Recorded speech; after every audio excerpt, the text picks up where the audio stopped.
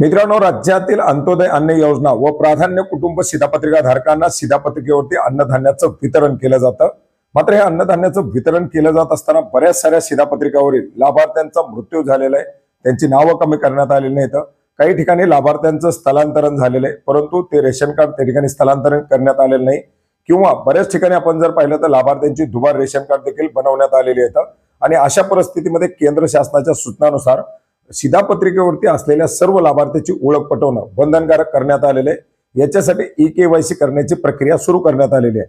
यापूर्वी सुद्धा आपण पाहिलं होतं की बऱ्याच साऱ्या डेडलाईन देण्यात आलेल्या होत्या, शेवटच्या मुदती देण्यात आलेल्या होत्या, ज्या मुदतीमध्ये शिधापत्रिकेवरील असलेल्या लाभार्थ्यांची ई-केवायसी अर्थात त्यांच्या आधार आणि आधारचं व्हेरिफिकेशन करण्याची प्रक्रिया पार पाडण्यासाठीचे निर्देश देण्यात आलेले होते।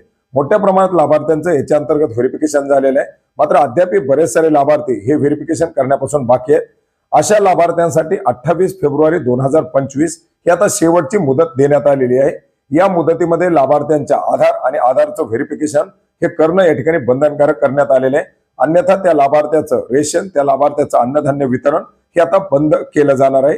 याच्यासाठी बऱ्याच ठिकाणी कॅम्प लावण्यात आलेले आहेत। अशा कॅम्पमध्ये सुद्धा लाभार्थ्याचं आधार आणि आधारनुसार जे काही केवायसी त्याच्यासाठी तुम्ही बायोमेट्रिक नुसार केवायसी करू शकता। अशी केवायसी करण्यासाठी जी प्रक्रिया सुरू करण्यात आलेली आहे, किंवा आपण आपले जे काही रेशन दुकान आहे, ज्या दुकानामधून आपण राशन भरता त्या ठिकाणी सुद्धा ही बायोमेट्रिक केवायसी करण्याची प्रक्रिया उपलब्ध करून देण्यात आलेली आहे।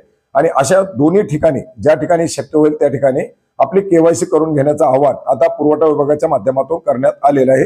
अन्यथा 28 फेब्रुवारी नंतर या लाभार्थ्यांचं रेशन बंद केलं जाणार आहे। तुमची जर केवायसी अद्याप बाकी असेल, तुमच्या शिधापत्रिकेवरील इतर लाभार्थ्यांची, इतर कुटुंबधारकांची जर केवायसी बाकी असेल ती लवकरात लवकर करून घ्या। धन्यवाद।